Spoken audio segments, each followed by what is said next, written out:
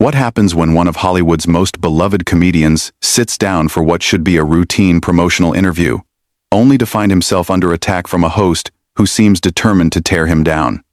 Today we're diving into an absolutely explosive exchange that had everyone talking, so make sure to hit that subscribe button and drop a comment below because you're not going to believe what unfolds. The atmosphere in the View studio was already charged that morning. Adam Sandler had come on to promote his latest dramatic role, a departure from his typical comedy work that had been earning critical acclaim. He settled into his chair with his characteristic easy smile, expecting the usual promotional banter. But Joy Behar had other plans. "So, Adam," Joy began, her voice carrying an edge that immediately caught the attention of everyone in the studio, "I have to ask about this sudden pivot to serious acting. Are you finally admitting that your comedy career has run its course?" The question hung in the air like a blade. Sandler's smile faltered for just a moment before he recovered.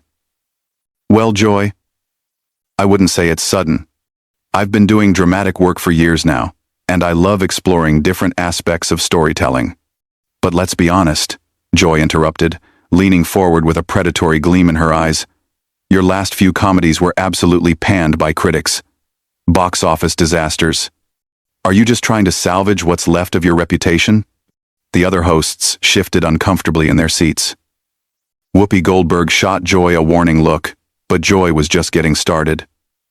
Sandler maintained his composure, though viewers could see his jaw tighten slightly. "I think my fans would disagree with that assessment," Sandler replied carefully. "My movies connect with people, and that's what matters to me. Not everyone has to like everything I do." "Connect with people?" Joy scoffed, her voice rising. "You mean connect with 12-year-old boys who think fart jokes are the height of comedy? When was the last time you made something actually intelligent, Adam?" The studio audience began to murmur uncomfortably. This wasn't the usual playful ribbing that guests expected on talk shows. This felt personal, targeted, almost cruel.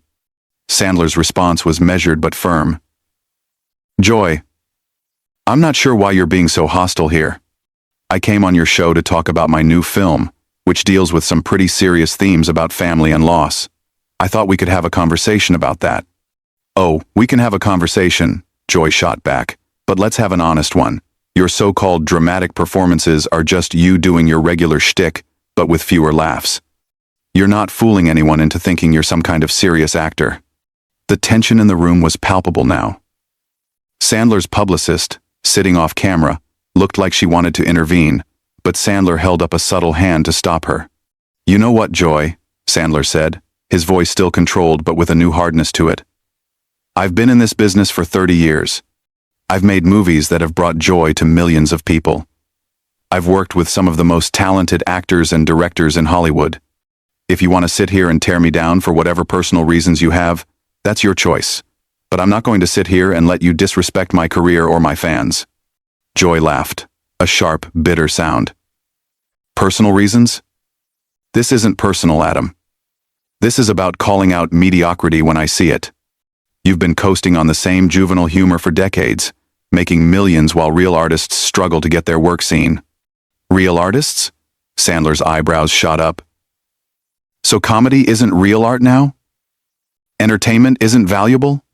The movies I make employ hundreds of people. They give families something to laugh about together. They help people forget their troubles for a couple of hours. If that's not valuable, then I don't know what island." The other hosts tried to jump in and redirect the conversation, but Joy was relentless. "Please spare me the noble speech about helping families. You're making schlock and you know it.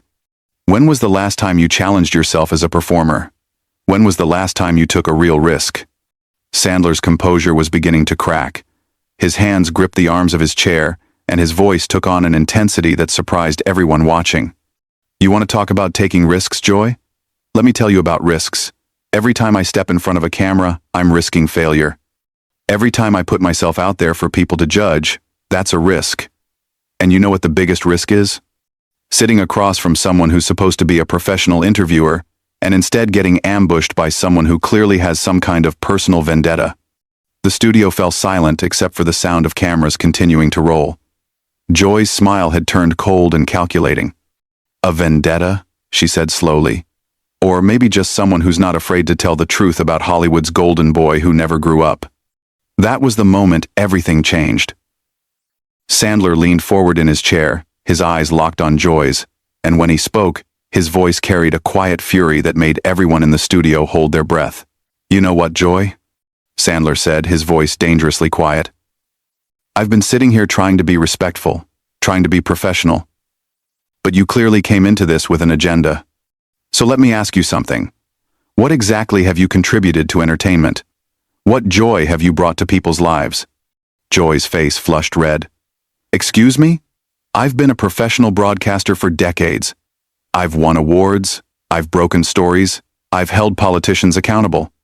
And yet, here you are," Sandler continued, his voice gaining strength, "using your platform to tear down someone who's done nothing but try to make people laugh.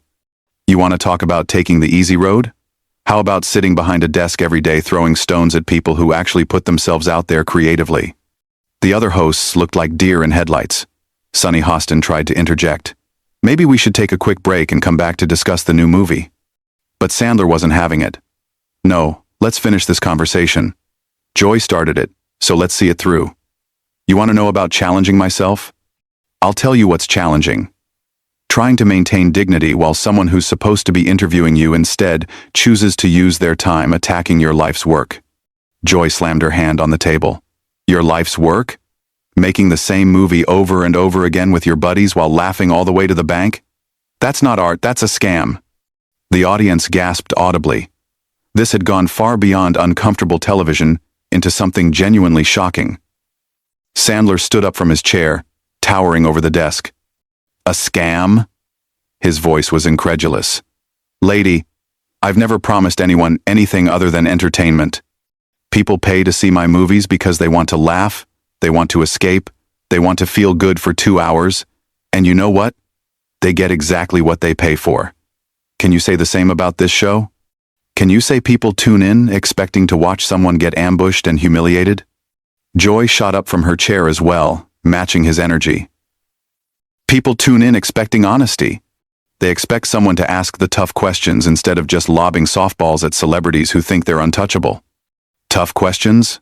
Sandler laughed, but there was no humor in it. "You think this is journalism? You think what you're doing right now is serving the public?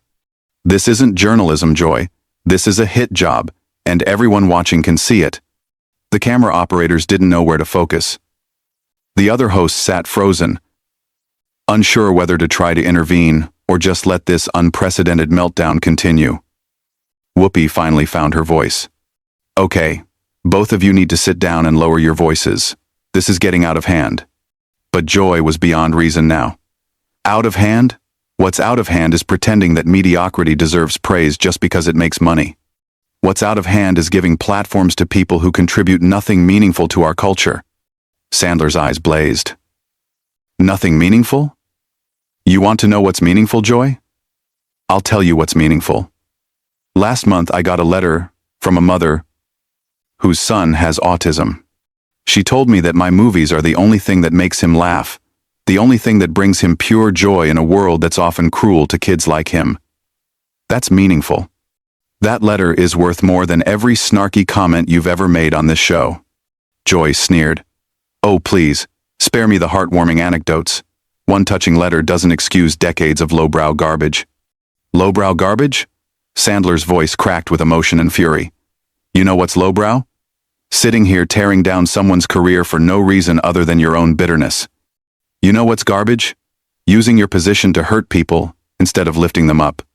The studio audience was completely silent now, watching this train wreck unfold in real time. Joy's face was twisted with rage and something else, something that looked almost like satisfaction at having pushed Sandler to this breaking point. "Hurt people?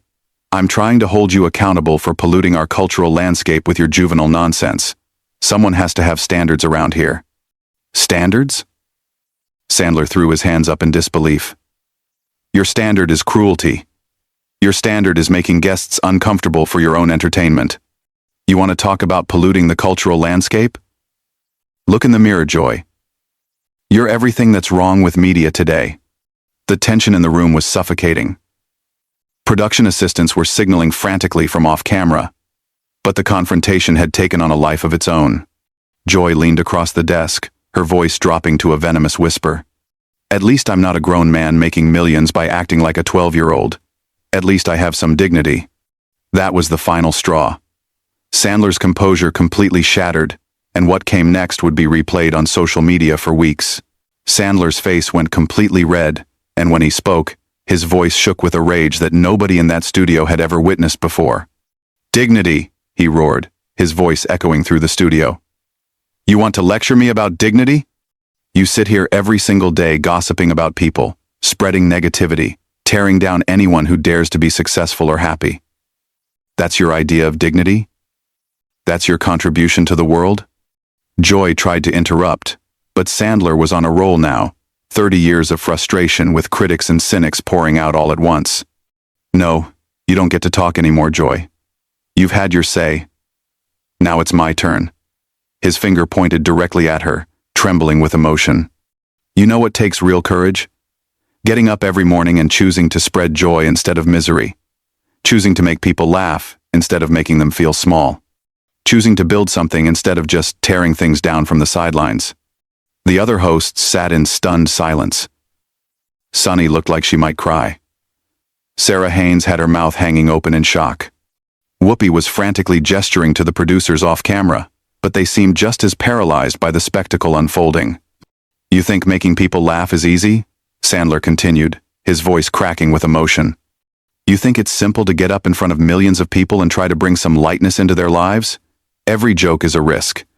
Every movie is putting yourself out there to be judged by people like you who have never created anything, never tried to make anyone happy, never put their heart on the line." Joy's mouth opened and closed like a fish out of water. For the first time in the interview, she seemed genuinely rattled. "Adam, I think you're overreacting here." "Overreacting?"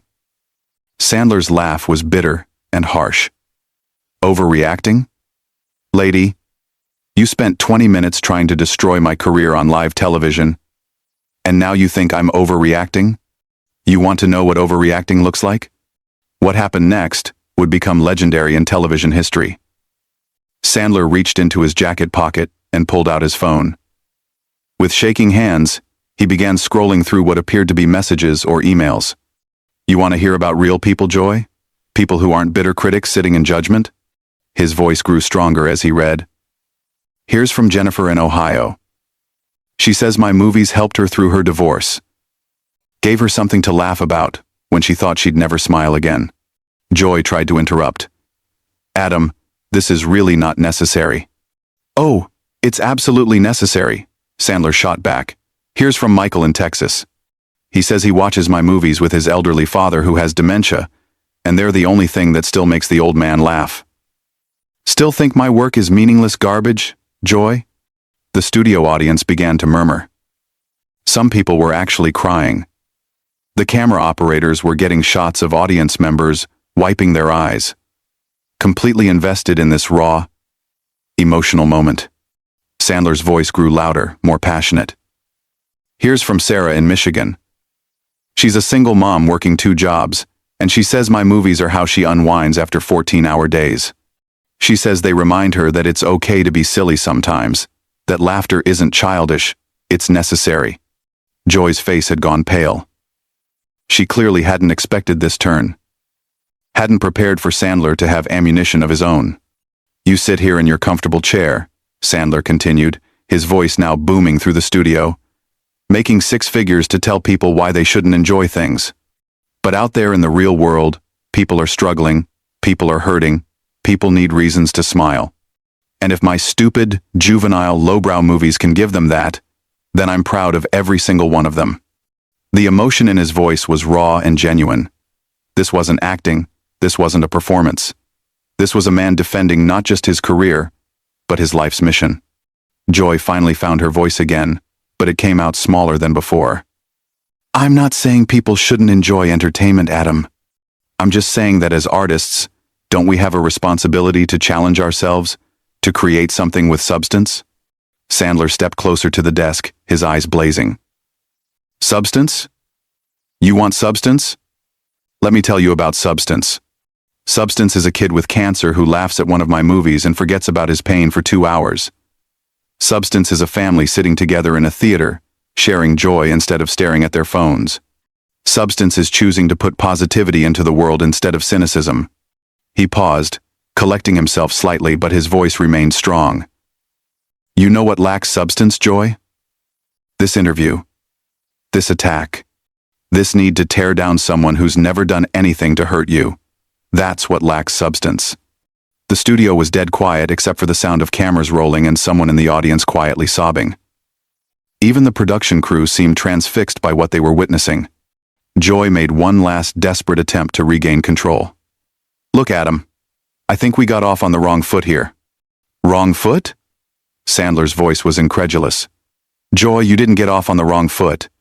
You came in here with both barrels loaded, ready to take me down for reasons I'll never understand. And you know what? You failed. Because at the end of the day, I know who I am. I know what I've contributed. And I know that when I go home tonight, I'll sleep peacefully knowing that somewhere out there people are laughing because of something I created. He looked directly into the camera, addressing the audience at home. To everyone watching who's ever been told their joy doesn't matter, who's ever been made to feel ashamed for finding happiness in simple things, don't let anyone steal that from you. Life is hard enough without people trying to take away the things that make you smile. Then he turned back to Joy, his voice quiet but firm. And Joy, I hope someday you find whatever it is you're looking for, because this isn't it. Hurting people isn't it. With that, Sandler walked off the set, leaving behind a stunned studio and a host who finally understood she had picked the wrong fight with the wrong person. The camera lingered on Joy's face, capturing a moment of what looked almost like regret before cutting to commercial. The interview would be dissected and analyzed for months afterward,